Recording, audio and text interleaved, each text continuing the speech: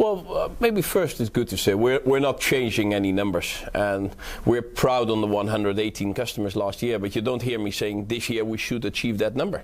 Same goes for market share. We're proud on the market share, but all the communication we do, except for we're going to double in size by the end of the decade. That's a kind of guidance. We're not having any specific numbers going forward. And every quarter when the market share is being published, or every month rather, I got the question, Peter, are you happy it went up or down?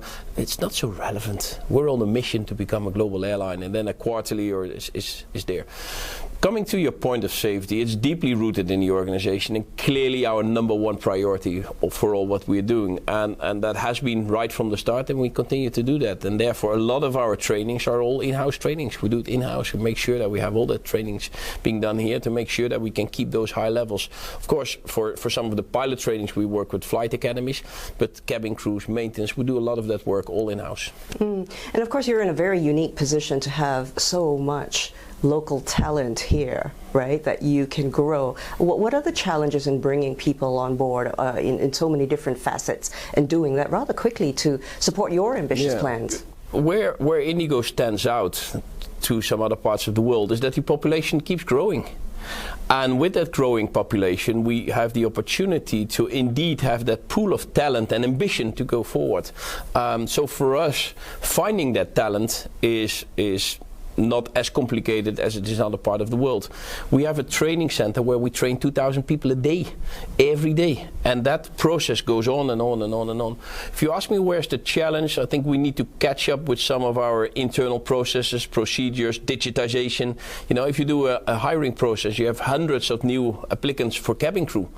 We need to digitize all these processes, so that's what we are fast tracking going forward. And let's talk about airports now. You talked about the new ones being built in Mumbai, also right here in Delhi. Airports are being privatized as well in India. What is India doing right by airports to support IndiGo's growth? I think airports, probably for some time in history, were seen as, well, you need to have one in order to travel, but that's pretty much it. I think the change taking place over the last decade really is the airports are being transformed now into really places of doing business. And with that, the facilities of the airports are getting much better. I think where the next step will be is to make sure that the ambition for us to also have people connecting in India, and not only connecting in Singapore or connecting in Dubai or Abu Dhabi, but also connecting in India itself. I think those transfer facilities, that is the next step in developing those airports. You know what was really touching in your videos was the highlight of people who are first-time travelers, and that's going to go on for quite a bit here in India. Exactly. At which point will that sort of run out, and then the strategy will have to change for IndiGo domestically? That will take years. Today's Indian population is 1.45 billion. It's expected to continue to grow in the range of 1.65 to 1.7, if I have to believe these graphs. So the number of travelers by air is just a very small percentage. The fact that today India only has a quarter of the seats per capita as compared to China. Admittedly, the landmass in India is smaller, but then the population is larger, and it will continue to be even larger.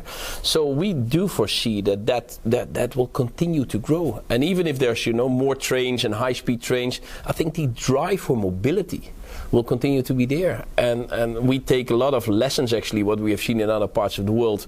And then if you apply these numbers to India, the number of Indians with a passport is a single-digit number. So if you take that number, think what if that number doubles? The international travel will just grow enormously. Maybe a final note, India and China, the two big drivers of aviation in the world. What's your connectivity like with China, and you know, where do you see that one going? Well, today there's an operation to Hong Kong. And there's no re-establishment of direct flights between the mainland and India. Clearly that is awaiting sort of further political steps in that arena. But that, speaking about potential going forward, is just another area to explore.